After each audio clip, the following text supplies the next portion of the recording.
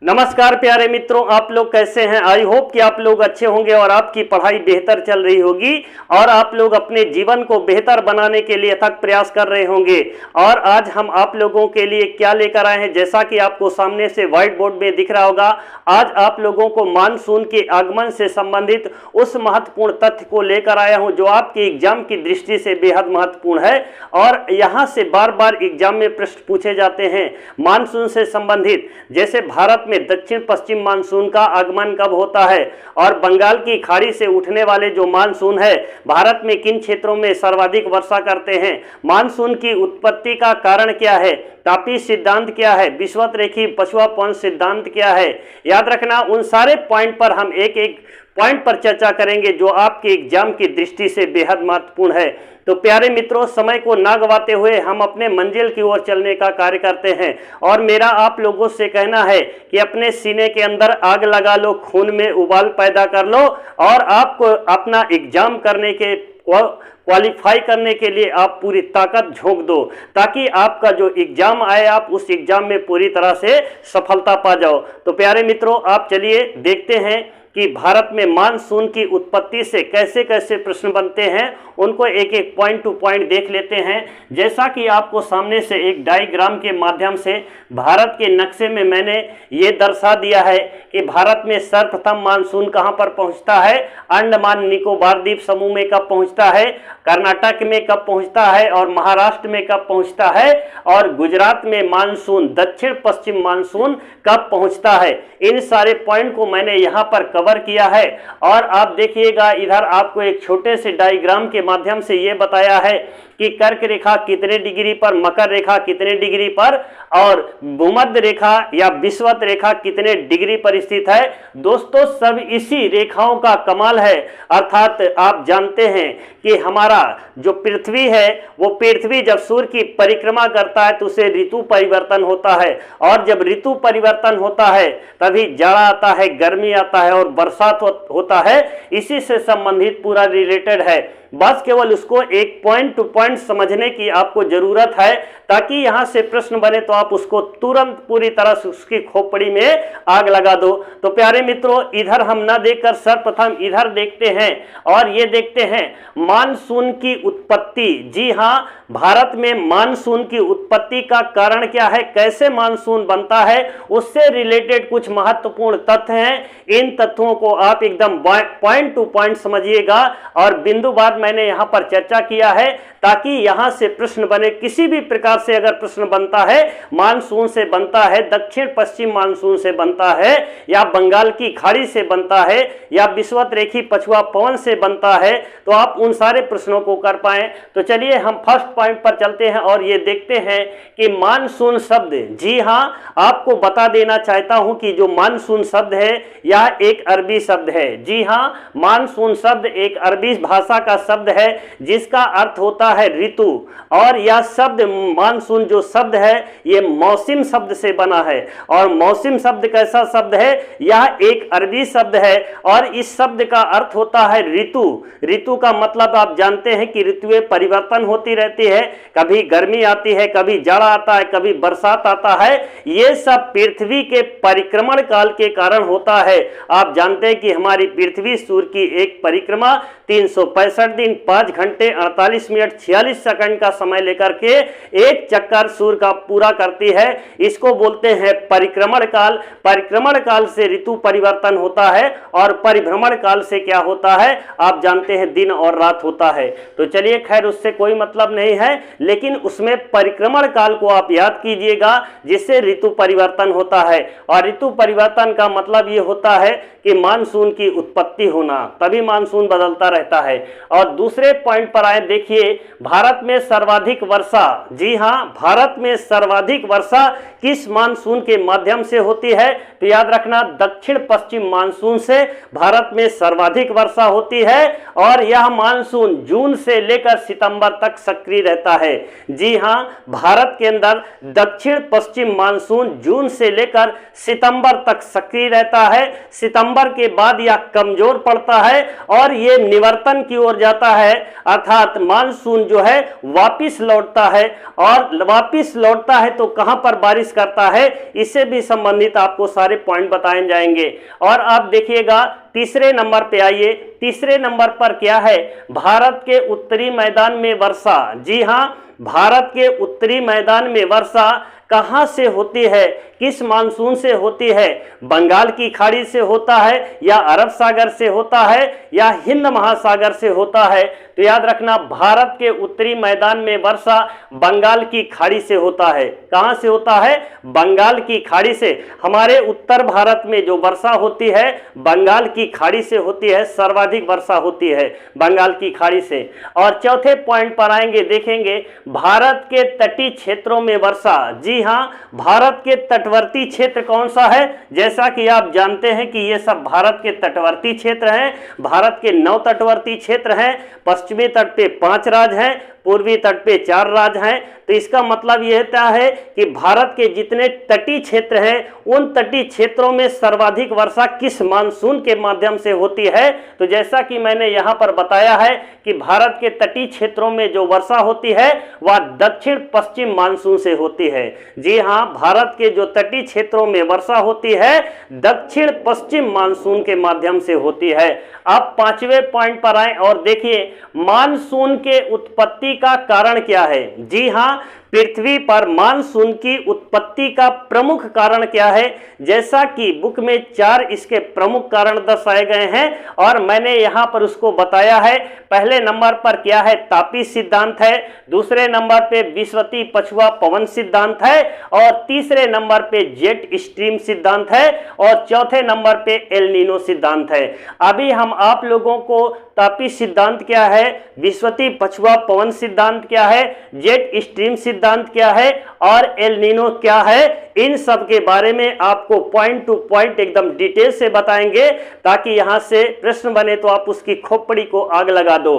तो दोस्तों अब छठे नंबर पर देखते हैं कि छठे नंबर पे ये है कि मानसून की खोज किसने किया है। जी हां, मानसून की खोज किस वैज्ञानिक ने किया है, तो याद रखना मानसून की खोज हिप्पोलस ने किया है। लेकिन यहां पर यदि पॉइंट ये आता है कि भारत के हवाओं का नाम किसने दिया है, मानसून नाम, इसका मतलब है कि भारत के हवाओं को मानसूनी शब्द किसने दिया है, तो याद रखना अल मसूदी ने दिया है। अल मसूदी कौन था, यह एक अरबी यात्री था। जी हां, अल मसूदी कौन था, यह एक अरबी यात्री था। इसने भारतीय हवाओं को मानसून शब्द के बारे में बात किया है और इसने बताया है भारतीय हवाओं को मानसून शब्द नाम दिया है अल मसूदी। अगर विश्व में बात करेंगे तो याद रखना हिप्पोलस है, मानसून की खोज तो याद रखना हिप्पोलस है।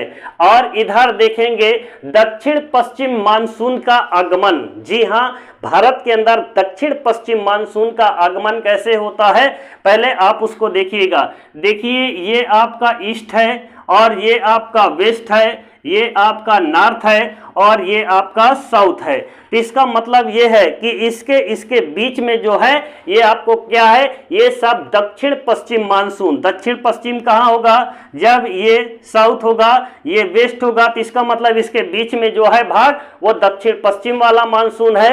और याद रखना दक्षिण पश्चिम मानसून आप जानते हैं कि केरल के नीचे आप जाएंगे तो देखेंगे निचले वाले जो हिस्से में हिंद महासागर फैला हुआ है और भारत के पूर्वी तट पर बंगाल की खाड़ी फैली हुई है और भारत के पश्चिमी यानी कि भारत के पश्चिमी तट पे जो 5 राज्य हैं, याद रखना ये किसके किनारे बसे हैं, ये अरब सागर के। ताकि यहां से प्रश्न क्या पूछा जाता है मैं आपको बता दूं कि मुंबई किस द्वीप पर बसा हुआ है। जी हां, मुंबई किस द्वीप पर बसा हुआ है। यदि आपके पास ये प्रश्न कभी भी आ जाए तो याद रखना इसका आंसर होगा सालसेट द्वीप पर बसा हुआ है। जी हां, मुंबई किस द्वीप पर बसा हुआ है, मुंबई सालसेट द्वीप पर बसा हुआ है। मुंबई किस द्वीप पर है, तो अरब सागर के तट पे है।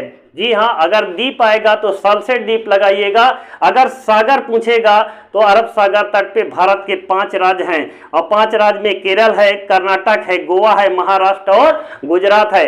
पूर्वी तट पे कौन है तमिलनाडु है आंध्र प्रदेश है, उड़ीसा है और पश्चिम बंगाल। यानी कि इसका मतलब ये है कि पूर्वी तट पे 4 राज्य हैं और पश्चिमी तट पे 5 राज्य हैं। अब ये देखेंगे कि यहाँ इन सारे जो तटवर्ती क्षेत्र हैं इनमें सबसे पहले मानसून पहुंचता कहाँ पर है उनके बारे में चर्चा करेंगे। और उससे पहले आप यहाँ देखिए क्या लिखा है, अंडमान निकोबार द्वीप समूह। जी हाँ, अंडमान निकोबार द्वीप समूह में 25 मई को सबसे पहले अंडमान निकोबार में कब मानसून पहुंच जाता है, 25 मई को ही यहां पर मानसून पहुंचता है। कहां पर, अंडमान निकोबार यानी बंगाल की खाड़ी में स्थित है और यहां पर मानसून सबसे पहले 25 मई को दस्तखत दे देता है। तत्पश्चात 1 जून को कहां पर पहुंचता है मानसून, और ये सब मैं दक्षिण पश्चिम मानसून की बात कर रहा हूं प्यारे मित्रों। भारत में सर्वाधिक वर्षा किस मानसून से होती है, दक्षिण पश्चिम मानसून से होती है। और ये पूछा जाता है कि भारत में सर्वाधिक वर्षा किस मानसून से होती है, तो दक्षिण पश्चिम मानसून से होती है। अगर ये पूछता है कि भारत में सबसे पहले मानसून कहां पर पहुंचता है, तो याद रखना केरल में पहुंचता है। और कब पहुंचता है, 1 जून को पहुंच जाता है। जी हां, केरल में 1 जून को मानसून अपनी दस्तखत दे देता है। और इसके बाद में कहां पर पहुंचता है, इसके बाद में ये तमिलनाडु के क्षेत्र में होते हुए आंध्र प्रदेश से ये सीधा बाहर कहां तक निकल जाता है, ये सब बाहर की ओर चला जाता है, बांग्लादेश की ओर ये मौसम पहुंच जाता है। इसके बाद फिर 5 जून को, जी हाँ, इसके बाद 5 जून को याद रखना ये कहां पर पहुंचता है, कर्नाटक तट पे पहुंचता है। और कर्नाटक के बाद ये सीधा कहां पहुंच जाता है, आंध्र प्रदेश और तेलंगाना के बीचों बीच से गुजरते हुए ये फिर भारत से बाहर चला जाता है। इन सारे पॉइंट को आप एकदम पॉइंट टू पॉइंट याद रखिएगा, ताकि यहां से प्रश्न बने तो उसकी खोपड़ी में आप आग लगा दो। और इसके बाद तीसरे नंबर पर चलते हैं और ये देखते हैं कि महाराष्ट्र में दक्षिण पश्चिम मानसून का आगमन कब होता है, तो याद रखना 10 जून को होता है। जी हां, महाराष्ट्र में 10 जून को दक्षिण पश्चिम मानसून पहुंचता है। और यह मानसून महाराष्ट्र से सीधा तेलंगाना जाता है और तेलंगाना के बाद ऊपर आएंगे उड़ीसा जाता है, फिर झारखंड जाता है, फिर बिहार जाता है, फिर बिहार से ये बाहर नेपाल की ओर चला जाता है। ये मानसून कि कौन सा मानसून, 10 जून वाला मानसून सीधा उड़ीसा, झारखंड और बिहार की ओर चला जाता है। इसके बाद अब चौथे पॉइंट पर आएंगे। चौथा मानसून जो है दक्षिण पश्चिम मानसून गुजरात पर अपना दस्तखत कब देता है, तो याद रखना ये 15 जून को देता है। गुजरात में दक्षिण पश्चिम मानसून 15 जून को पहुंचता है। और यह याद रखना गुजरात से लगा एकदम मध्य प्रदेश पहुंचता है। मध्य प्रदेश के बाद ये उत्तर प्रदेश में जाएगा और उत्तर प्रदेश के बाद ये सीधा फिर बाहर जाएगा और हिमालय से टकराता है। और हिमालय से टकराने के बाद ये संपूर्ण भारत में वर्षा करने का कार्य करता है। और याद रखना जितने भी मानसून है ये सारे मानसून कहां पर पहुंचते हैं, याद रखना ये सारे मानसून एक एक करके ये सीधा हिमालय से टकराने का कार्य करते हैं। हिमालय से टकराने के बाद ये सारे संपूर्ण भारत में जोरदार बारिश करते हैं। और इसके बाद आप क्या देखेंगे कि मानसून आखिर बनता कैसे है, ये सबसे बड़ा फैक्ट है। जी हां, मानसून बनता कैसे है, इसका कारण क्या है, क्या कारण है मानसून की उत्पत्ति होती है, तो याद रखना मैंने इसके 4 प्रमुख कारण को बताया है। और 4 प्रमुख कारण क्या है, जैसा कि मैंने यहां पर बता दिया है कि मानसून की उत्पत्ति के 4 प्रमुख कारण है प्यारे मित्रों। अगर आप इस 4 कारण को समझ पाएंगे तो आपको यह पता चल जाएगी, अच्छा मानसून ऐसे बनता है, ऐसे बारिश होती है। तो उन पॉइंट पर आप देखिएगा, इसमें से जो आपको मेन है हम उस सारे पॉइंट पर चर्चा करते हुए, यहां पर मुझे जगह तो नहीं है लेकिन मैं आपको एकदम ओरल आपको बता दूंगा। और कल इसका याद रखना, ये वीडियो का कल आपको पार्ट 2 मिलेगा। ये तो मानसून के आगमन के बारे में मैंने बताया है, कल मानसून के निवर्तन के बारे में बताऊंगा कि मानसून कब वापिस लौटता है। और वापिस जब लौटता है तो ये वर्षा कहां से जो है आर्द्रता ग्रहण करके बारिश करता है, इसके बारे में पॉइंट टू पॉइंट कल चर्चा करूंगा। और उससे पहले आप देखिए तापी सिद्धांत दिया है, विषुवती पछुआ पवन सिद्धांत दिया है, जेट स्ट्रीम और एल नीनो प्रभाव। तो याद रखना मैं आपको यह बताना चाहता हूं, सबसे पहले तो आप एल नीनो को जानिए कि एल नीनो क्या है। एल नीनो क्या है, गर्म जलधारा है। जी हां, गर्म जलधारा है, और एल नीनो ला नीनो एक गर्म है और एक ठंडी है। एल नीनो क्या है? गर्म जलधारा है। ला नीनो क्या है? ठंडी जलधारा है। जी हां, तो याद रखना, मैं आपको यह बताना चाहता हूं कि ये दोनों जो जलधाराएं हैं, इनका जो निष्कासन होता है, अर्थात ये कब कब चलती हैं, तो याद रखना 3 वर्ष से लेकर 8 वर्ष के बीच में ये जो है, कभी एल नीनो आएगा यहाँ पे प्रभाव भारत में, कभी ला नीनो का प्रभाव आएगा। ये जलधारा है, ये जलधारा आप यहाँ पर देख रहे होंगे हिंद महासागर केरल के नीचे है। तो याद रखना, कहा जाता है कि इस हिंद महासागर में, प्रशांत महासागर में उत्पन्न होने वाली एल नीनो जो पेरू तट पे प्रवाहित होती है, प्रशांत महासागर के पेरू तट पे प्रवाहित होती है, और ये गर्म जलधारा है। एल नीनो क्या है? एल नीनो एक प्रकार की गर्म जलधारा है, और कहा जाता है यह प्रशांत महासागर के पेरू तट पे प्रवाहित होती है, और जब वो प्रवाहित होते हुए हिंद महासागर से टकराती है तो हिंद महासागर का जो जल होता है वो गर्म हो जाता है। इसको ये कहा जाता है कि प्रशांत महासागर से जब जलधारा हिंद महासागर से टकराती है तो हिंद महासागर को बुखार आता है, ऐसा कहावत है, ऐसा बुक में लिखा हुआ है। इसका मतलब यह है प्यारे मित्रों कि जब वो गर्म जलधारा प्रशांत महासागर से होते हुए जब हिंद महासागर की जलधारा से टकराती है तो हिंद महासागर का जो जल होता है वो भी गर्म हो जाता है, अर्थात वहां से क्या हो जाता है? गर्म होकर वहां से मानसून सीधा बनना प्रारंभ होता है, और जब बनेगा मानसून तो सबसे पहले कहां पर पहुंचेगा? तो केरल में पहुंचता है, और मानसून वहीं पर बनता है प्यारे मित्रों, जैसा कि मैंने यहां पे डायग्राम के माध्यम से दर्शाया है कि कर्क रेखा पर सूर्य की किरणें कब खड़ी पड़ती है, सीधी एकदम पड़ती है, तो आप जानते हैं कि 21 जून को, जी हां 21 जून को आप जानते हैं कर्क रेखा पर 21 जून को सूर्य की किरणें लंबवत पड़ती है। और भारत के अंदर से कौन सी रेखा गुजरती है? तो याद रखना, भारत के कर्क रेखा गुजरती है। कितने राज्यों से होकर गुजरती है? 8 राज्यों से होकर गुजरते हैं ना। गुजरात है, राजस्थान, छत्तीसगढ़, मध्य प्रदेश, झारखंड, पश्चिम बंगाल, त्रिपुरा और मिजोरम, 8 राज्यों से होकर ये गुजरती है। और जब 21 जून को सूर्य की किरणें कर्क रेखा पर पड़ती है तो सारे उत्तर भारत के अंदर जोरदार गर्मी पड़ती है, और जून के बाद ही आप देखते हैं कि जून में ही बारिश का जो मौसम होता है, 15 जून के बाद, जैसा कि मैंने यहां पे दर्शा दिया है कि 15 जून को उत्तर प्रदेश में बारिश होना प्रारंभ हो जाता है, और 1 जून को केरल में होना प्रारंभ हो जाता है। लेकिन अगर उत्तर भारत की बात करें तो देखिए यहाँ पे 15 जून को जो है मौसम पहुंच जाता है, क्योंकि कर्क रेखा यहाँ से गुजर रही है। आप देखिए कि भारत के बीचों बीच से लगभग गुजरने वाली रेखा है, तो इन सब रेखाओं पर हमेशा जून के महीने में उच्च टेम्परेचर रहता है। अधिक तापमान होने की वजह से ही बारिश का कारण बनता है। और तापी, जैसा कि मैंने यहाँ पर एक लिखा है, यहां पे देखिए तापी सिद्धांत।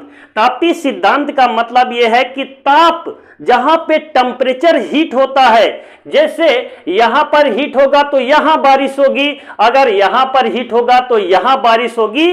अगर यहां तो हमेशा ही विषुवत रेखा या भूमध्य रेखा पर सूर्य की किरणें हमेशा लंबवत पड़ती है, तो आप जानते हैं कि वह विश्व की कौन सी ऐसी रेखा है जिस पर प्रतिदिन वर्षा होती है? तो याद रखना, भूमध्य रेखा। अगर भूमध्य रेखा आपके ऑप्शन में नहीं है तो विषुवत रेखा होगा। विषुवत रेखा पर प्रतिदिन बारिश होती है, और कैसी वर्षा होती है? संवाहिनी वर्षा होती है। जी हां, कैसी वर्षा होती है? संवाहिनी वर्षा होती है। और यहाँ की जो वनस्पतियां हैं वो सदाबहार वनस्पतियां हैं। और भारत में सदाबहार वनस्पतियां कहां पर पाई जाती है? जहां पे सर्वाधिक गर्म होता है, और गर्म कहां होता है? केरल में। तो ये पूछा जाता है कि भारत में सर्वाधिक जैव विविधता कहां पाई जाती है? तो यही आपका आंसर होगा कि भारत के पश्चिमी अगर राज्य आएगा तो सीधा सबसे पहले केरल पर लगाइएगा। जी हां, केरल पर ऐसा क्यों होता है? तो आप जानते हैं कि यह विषुवत रेखा के नजदीक में है। किस रेखा के नजदीक में है? विषुवत रेखा के नजदीक में केरल है, तो यहाँ पर हमेशा गर्म बना रहता है, गर्मी अधिक होती है केरल में। और याद रखना, इसी गर्मी की वजह से यहाँ पर बारिश होती है सबसे पहले, और यहाँ पर सदाबहार वनस्पतियां, सदा हरा भरा पाया जाता है। इसलिए बोला जाता है कि भारत में सर्वाधिक जैव विविधता वाला राज्य है केरल। अगर केरल नहीं होगा तो सीधा पश्चिमी घाट होगा, और पश्चिमी घाट पे कितने राज्य हैं, जैसा कि मैंने बता दिया कि 5 राज्य है। प्यारे मित्रों, आई होप कि आज आप लोगों को ये सारी बातें समझ में आई होगी। अगर आपको ये समझ में नहीं आई होगी तो मैं आपको लाइव जितना जल्दी 1000 पूरा हो जाएगा, आप लोगों के लिए मैं लाइव के लिए 1 घंटे टाइम दूंगा प्यारे मित्रों। और मैं आप लोगों से अपील करना चाहता हूं कि आप लोग जितना जल्दी से जल्दी हो सके मेरा सहयोग करें, इस मिशन को कामयाब बनाएं। मैंने इस मिशन को सिर्फ आप लोगों के लिए बनाया है, और ताकि शिक्षा को बढ़ावा मिल सके। और जो मेरे छात्र हैं, मेरे गांव, मेरे देश, मेरा जितने भी लोग बाहर रह रहे हैं, किसी भी कारणवश वो शहर नहीं जा पा रहे हैं, तो उनके लिए मेरा एक संदेश होगा कि आप मेरे चैनल को लाइक एंड सब्सक्राइब करें। आपको घर बैठे फ्री, एकदम कोई पैसा नहीं है, निःशुल्क सेवा व्यवस्था आप लोगों के लिए है। आप लोग चैनल को सब्सक्राइब करें, आपको यहां से जीएस के वो सारे पॉइंट्स मिल जाएंगे जो आपकी एग्जाम की दृष्टि से बेहद महत्वपूर्ण है। दोस्तों, मैं अपनी वाणी को यहीं पर विराम करता हूं। जय हिंद, जय भारत।